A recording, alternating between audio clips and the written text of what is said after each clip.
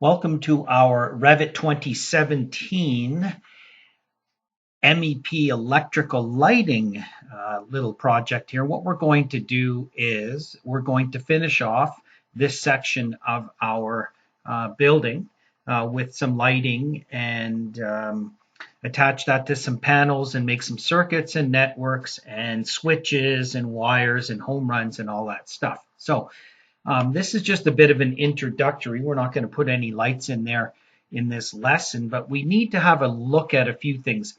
Revit MEP, and electrical specifically, has many kind of background settings that are going on that are very different from the architectural side of Revit.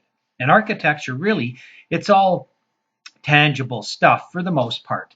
Walls and floors and doors and windows and roofs and views of elevations and schedules and phasing and stuff like that. But electrical has distribution systems. It has systems in general. We have the system browser, which is only used in the MEP side of Revit, not in the architecture side. So the MEP side of Revit has a lot more going on in the background and in the setup that more so than the architecture side. So having said that, if we go up to the Systems tab on our ribbon and we see we have electrical here, if you just click this little flyout, you're going to see a bunch of electrical settings, how hidden lines will display, cable trays in top or behind one or other, or conduit or something, the hidden lines, how do they show, what do they look like, and stuff like that. Some general information here, and you can see all of this is basically electrical related.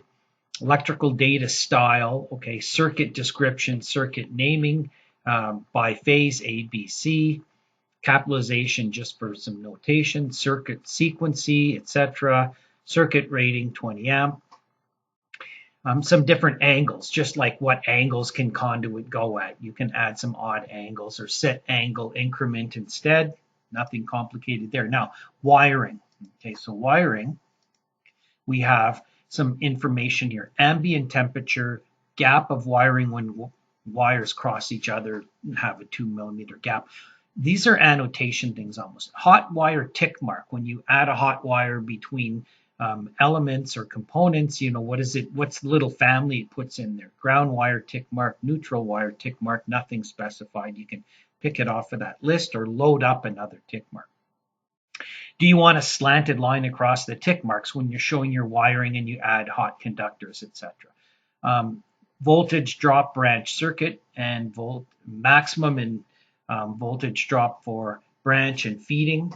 Okay, some numbers there. You can change those.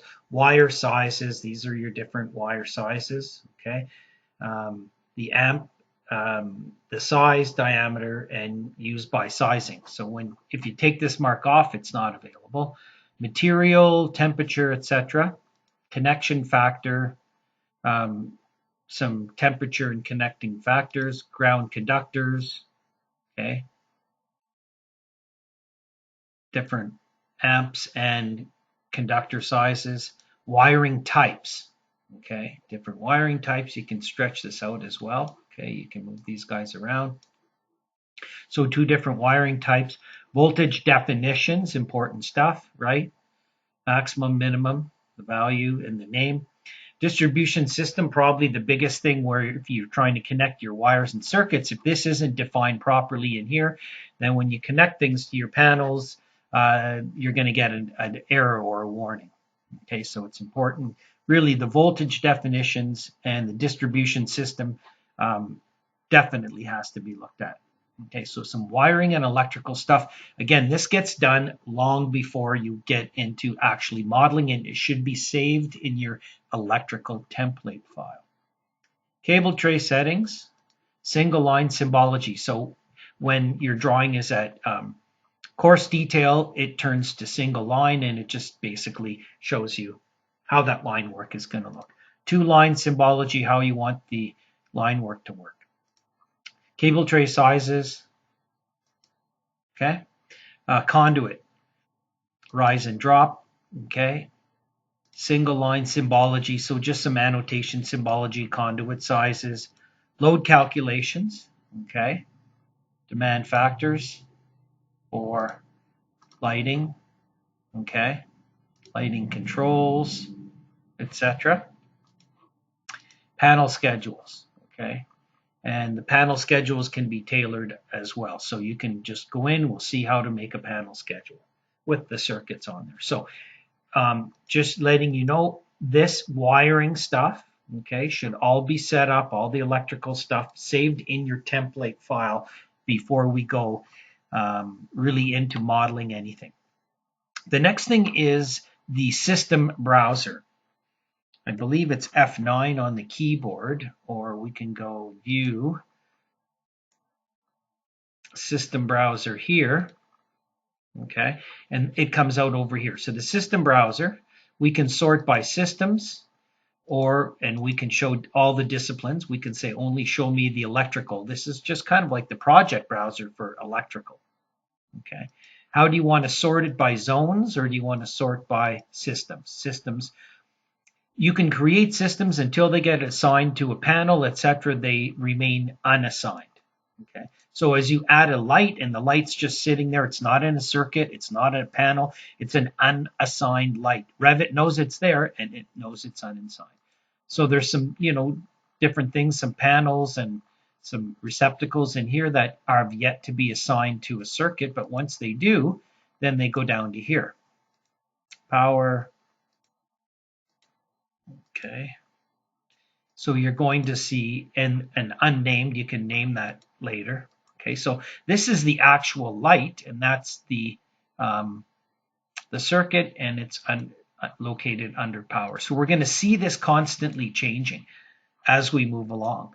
Okay, there's different panels, and there's some circuits within that panel. And that's a component. You can see a lighting appliance. So you can mine down inside of here, okay, all the way down, right down to the actual light itself.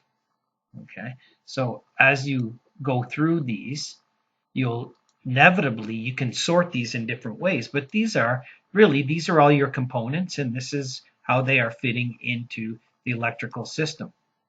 And then you can create your panel schedule. So the system browser, close it off. Normally it's F9 on your keyboard. On my laptop, that function is being taken away, but regardless, you can go in here anytime and say view system browser, turn it on, and then we can go through. As you click things in here, they will highlight in the model. Technically, let's go to a 3D view and prove that. I'm in the lesson 1 drawing here, by the way. So if I pick on this light, you can see right there, it just turned blue. Okay, if I pick on this light, there it is there. So these lights are somewhere, there it is over there. Okay, this is a sconce, this is a pendant light. Okay, or the opposite, if you pick it in here, it'll highlight itself in here. If you pick it in here, it'll highlight in the panel. If you delete it from here, it deletes it from here. If you delete it from here, it deletes it from the model. Okay, they're one and the same. So system browser, fantastic tool over here, and lets us view all the mechanical and electrical components in our model. And we just always want to make sure that we've had a look at our electrical settings inside of here. So that's it for our opening introduction into our electrical lighting project.